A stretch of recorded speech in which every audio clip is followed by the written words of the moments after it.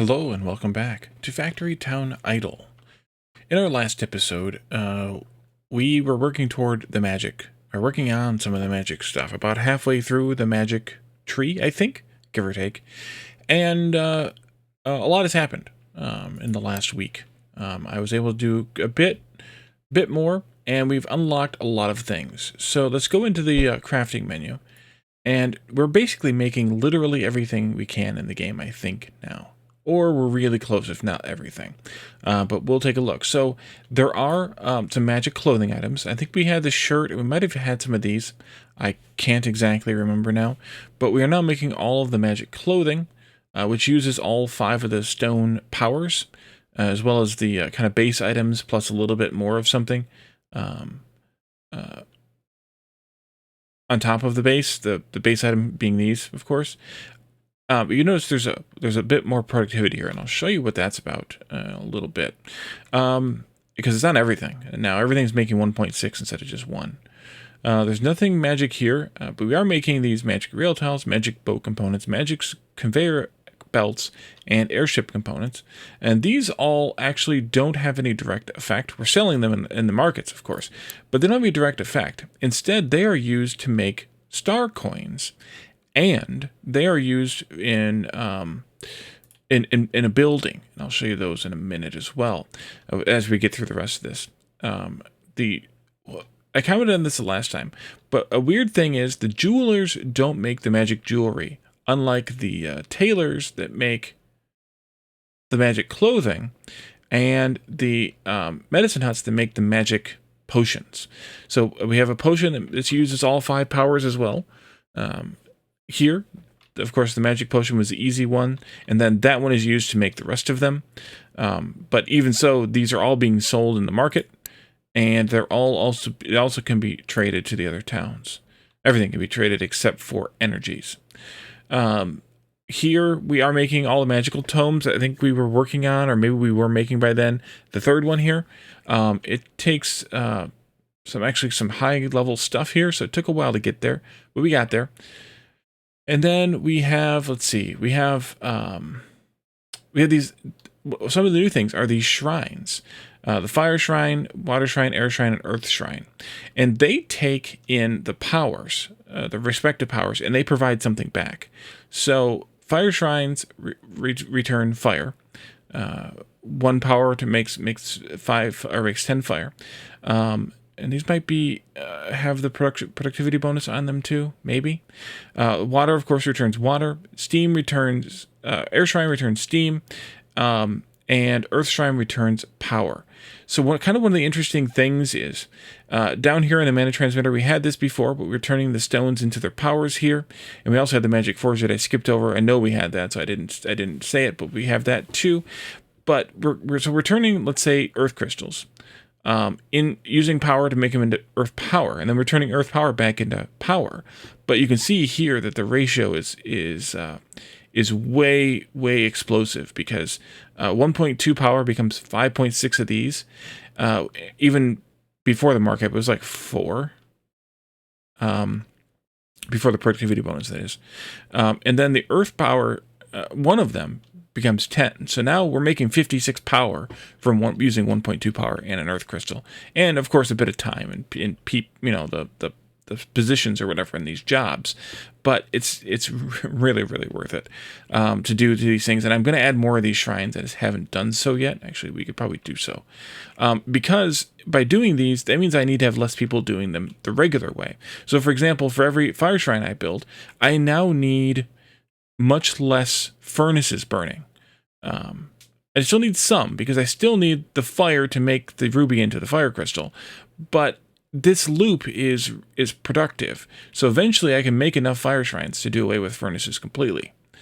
At least in theory, I think I could.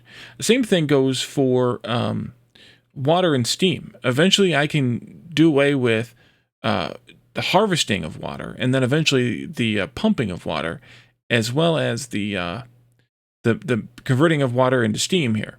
So you get really productive then, and then you can make as much power as you need, although we don't really need that much of that, because we're converting it we're getting it back from the Earth Shrines. So these are really, really useful, but they're also really, really expensive. And then finally, at the Enchanter, we are making all these spell books, the enchanted spell books, which, by the way, I think I switched over, it did, to using them up here. So I zeroed these out, so we're no longer directly using paper or books to make spell books. Instead, we're turning the paper into books way up here, way long time ago. And then we are turning the books into enchanted spell books down here. And then we're using those enchanted books to make the general knowledge tomes instead of the others, and then the general knowledge tomes going to making the industrial and magical knowledge tomes. And that makes that much more efficient on the paper and the subsequent products as well, instead of using the books there. So that was worth it, I thought. Although it does use a little bit of mana power, it's not really that big of a deal for what the benefit you get elsewhere. So we're making a bunch of spell books, and then all the magic jewelry is down here, which, like I said before, it seems kind of weird to me. It's given that everything else is being made. Well, I guess these should be made in a library or the study or something. Then, if you're following that logic, but still following that logic, these should be made in the jeweler if I were following that logic. So maybe there's a reason for it. The reason could be this: crafting speed enchanter plus 100. So if we make these things, all of these things, in the magic biome, in enchanters there, we'll get twice as we use half the enchanters than if we made them elsewhere. So maybe that's why. But then the same logic goes for why not the rest of this stuff. So I don't know. These ethers are all being made here. Of course, we're using steam for those, but again, we're getting a bunch of free steam back out of the air. So the air shrines. So we're replacing this steam that we're using pretty quickly, pretty easily, I think, with those air shrines. And then we're making one of the new things since the last episode is Omnistones. And Omnistones are your end game product. This is kind of where the game ends, in a manner of speaking, in terms of this is the last thing you produce that is an item. The Omnistones, and this is one of the recent updates, I think 2 or 3 updates ago, was changed a bit. Now, instead of using the Omnistones to pay for different things, I think mostly here in the research, no, those are star coins, to pay for something. Maybe it was here. I'm going to look quickly. There was something that they were used for that they're no longer used for. Instead, now, they are traded out down here somewhere. Yep, right here. They're traded out for 16, in this case, Omni Coins, a 10 base, I think, and then we got some productivity maybe on it. I don't know. They're traded out for some Omni Coins, which is another one of our currencies. And then Omni Coins are used for this is what it was for these upgrades. And so you can see I've been doing some of these because we're at level 7 now here. So these are speed boosts for those buildings. I'm doing them all, even though I probably technically don't need to do them all, since we're going to still try and decentralize a little. But I'm doing it here anyway. And also the XP value of market items that are an Omni Coin, which I think is just the one, right? It's just the Omnistone. But as you earn more Omni Coins, you can spend them to earn more Omni Coins, which is ironic in a way, but also it makes sense because you're kind of doing the same thing for other things too. So actually, you're spending Omni Coins to earn additional XP. We've earned a ridiculous amount of XP. As you can see, we've earned 697 prestige points, which is tied to XP. Most directly, we're up to almost 54 billion XP earned in this game. Everybody just hit it. That's what I'd give for looking at it. And I've continued to unlock these things in the prestige points, the ones that I like. Research speed, I'm like, I don't care. Maybe once I get everything else done, I'll care, but right now I don't care. Crafting speed, construction cost, sell value is very valuable to me. And then, of course, the crop harvesting speed and the productivities, which are both done now that they've given us a max level here. So I just keep doing these as I have the prestige points in all the towns, and also as I think about it whenever I check in every day or twice a day or something. So we are using Omnistones to make Omni Coins. But back to the things that I deferred. Let's see where they at. The shrines. The shrines are here. They take the various crystals plus magic stone bricks to make. I'm going to set up 5 more of each. And I did not set these to be auto because I want them on max. I want all of them working all the time. So once they're done, I'll go and kick that up to that they're all working all the time. The other things that were new is the Omni Temple. This is where you make the star coins. These things right here, which is our final coin currency. And that's used for the final infinite researches. You can see here that it uses a lot of books of some kind. So you have industrial tomes here. We have a bunch of the general knowledge tomes used, magical knowledge tomes, and then Omnistones finally here are used for the productivity for the Omni Temple. And then the star coins in large quantities are used here. And these are very long researches. I could obviously add more schools to make them faster. I could also, boost research speed if I wanted to make them faster. Right now, I'm okay with this, but this is what's getting us some of the different production speed, skill gain speed, resource regen speeds, all these things. But of course, this is only this town. Crafting speed there. I forgot where the productivity bonuses were. They in another research that I did. They might have been. Is it these? No. Oh, it's these. The Omnistone upgrades. Yes, it was these. Can I look at that? So, no, this was production speed, not productivity. Where was the productivity bonus? Sellable.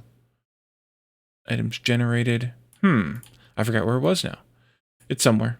But there's nothing else. There's no other researches besides the infinite of the levels of this. So we're done with research in Wallyville. Maybe the bonuses were here. This is all speed boost, though. Oh, it is productivity also. Okay. There's productivity and speed boosts for all these buildings. That's what I screwed up on. So, we are getting the productivity for all these buildings. Every time I spend 80,000, and then the next level is something more, and the next level is something more. Every time I spend Omni Coins on these researches, or these upgrades. And I don't know that there's not an infinite level of these either, but for right now, I'm not gonna be picky about which ones I choose, because I'm trying to kind of have at least Wallyville have everything upgraded, everything researched, everything at the same level. Is there anything else new over here? Omnistone storage, yeah. I haven't built any of those yet. I suppose I should build some of those. I guess we could. That's going to cost a lot of Omnistones by the time we get to the 5, but that's okay. Eventually, I don't know how many of these I'm going to end up doing. There are upgrade quests for each one of these things, but eventually, I don't know if these go on forever. These might be infinite. And if they are, then I'm going to have to pick up a spot to stop. Because right now it's kind of ridiculous. Like 193,000 of each of these, which is one thing to say.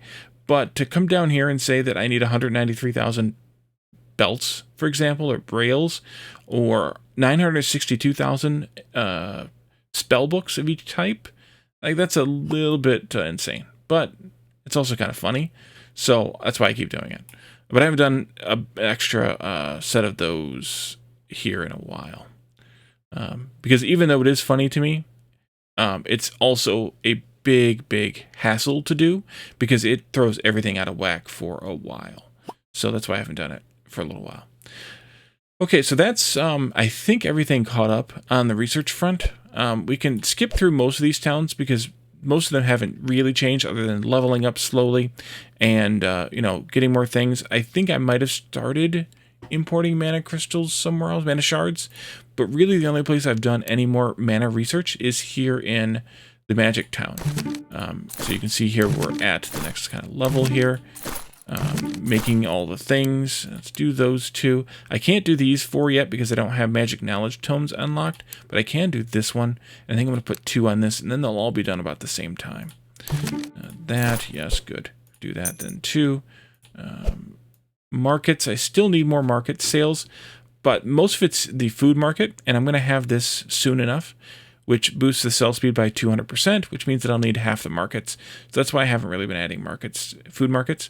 Looks like it needs potentially some more general stores, Hardware stores are a little oof, but that's because of the new things that I need to go set up. Clothing store could use a little bit more.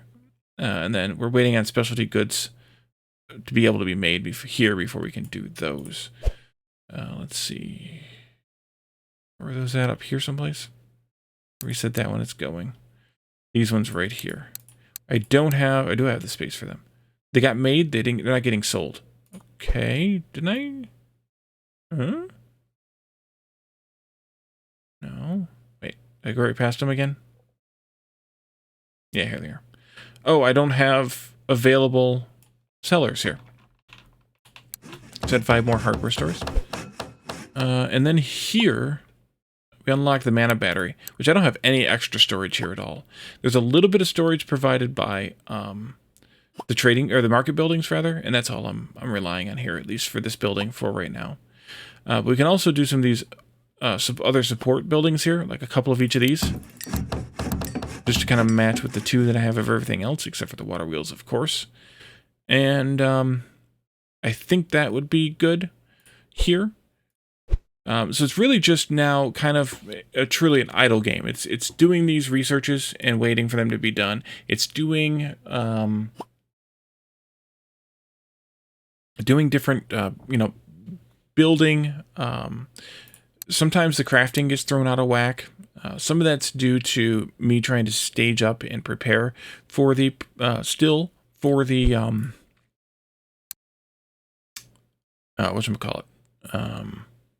for the town specialization thing, which I'm still kind of working on. I'm still trying to export a few things from each town.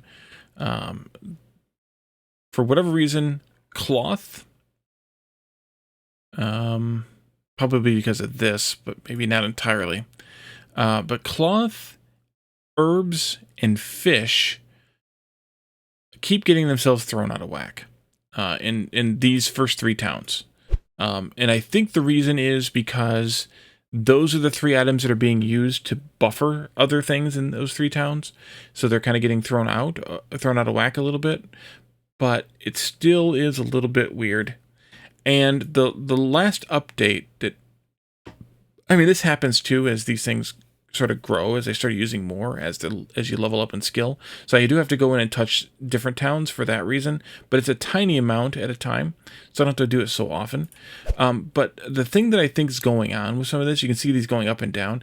Some of it is that, and that came in with that last update, I think it was, where he was allowing the auto rebalance to calculate, I think, a little bit differently.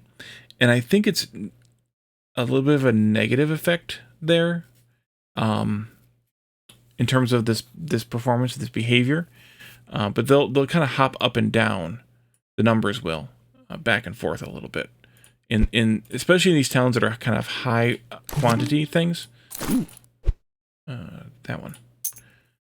And I'm doing these 4 together too, by the way. The XP multipliers. As I get enough of all 4 of them, then I buy all 4 of them. So it's going to be a little while before we get there with, especially blue coins. Blue coins are a big oof, although they're getting better. I mean, in terms of they're making more money now than purple, but still, they're kind of a big oof especially compared to these guys. These guys are much lower. So yes, we're getting 6 million yellow coins per second. In this town. No, in this town? Yeah, in this town. Which is insane. But that is true. But the trading numbers kind of keep jumping around a bit, and I think that's because of that last update. And it throws the herbs out of whack, and then they bottom out. It throws the fish out of whack, and it bottoms out. And it sometimes throws the cloth out of whack, and the sugar too. And I think it's mostly the herbalism stuff, but it seems to affect the herbs too, which are being made are being used in the town that's growing them to make the herbalism stuff. So it's the apothecary stuff. So I'm not sure exactly why that one is thrown out of whack so badly, but it seems to be the worst of all of them. Let's go to the desert and fix this one. The way I'm fixing this is just saying, okay, turn this off for a second. -10, +10. Maybe rebalance them a little bit more evenly numbered. and then turning that on. But you can see here also, things like the sugar is a little low here. So sometimes I go in and add a couple of those and a couple of those, and then that throws that out of whack. Actually, it's way out of whack now. Is that because of something here with medicine? Yes, it is. Okay. Okay. So this is a lot of what I'll spend some of my time on. It's kind of weird. These weird rebalances. Cloth is a problem here. Give me a few more of these. Just so I can take them with me down here. There you go. Did I fix it? Maybe. Maybe 5 more. And then I can hit the auto rebalance and it'll straighten itself out a little bit, but it still doesn't quite straighten itself out to the fullest. No, you need more. All right, fine. I'll rebalance at this point though. So it doesn't rebalance to the fullest, to its perfect level, but it does help. Yeah, see the herbs just bottomed out here too. But we are making the medicines. And this is why I haven't put the storage in very much in these other towns, just because when that happens in Wallyville and it bottoms one of those out and you got like hundreds of thousands of those things to make again, it really jacks with the pain there. So that's why I haven't done storages in some of the later towns at all. This should straighten out though, I think. I think it'll be fine once it gets there. I mean, I need to eventually turn this town into the industrial complex for forging and machine shops and things, but right now it is what it is. Where are we at? Where are we at? So you're making so many of these that it's bottoming out the remedies. In the herbs, actually. Bottoming out the herbs. Because they're making those, and these, all that use herbs right now. So that's kind of where I'm at. There's still more work to do. There's still the specialization for each town as to what they're going to make and ship out to the other towns. If you have any thoughts on that, by all means, let me know your thoughts.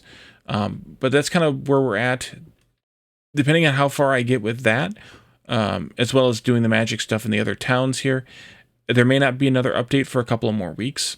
For those of you who are diligently watching these, I appreciate it. I hope that this has been an interesting thing for those of you watching it, to kind of get a feel for this game, to get my ideas and my take on certain aspects of it, even if you're playing it yourself. And if you're not playing it, then maybe you're playing a little bit vicariously by seeing some of the things. If you've played Factory Town, you can definitely see how this all lines up with the base game or the original game. But it's also very different in terms of like the logistic puzzle is gone. It's now mostly just. I mean, yes, you have some logistics with trading, but it's now mostly just a crafting game, like set it and forget it, which is an idle game, so you should be able to set it and forget it. But anyway, we're going to leave this here, and in the next episode, which like I said, maybe a little bit longer in between, hopefully I will have some of that specialization stuff ready to get started, and then once we have that going, we can specialize a little bit in a little bit more of the things, and more of the things, and more of the things, and work our way toward having a full community. I do want to finish a few of these other quests. Reaching town level 50 is definitely our final goal here in the primary quest chain. We're definitely going to hit that in Wallyville.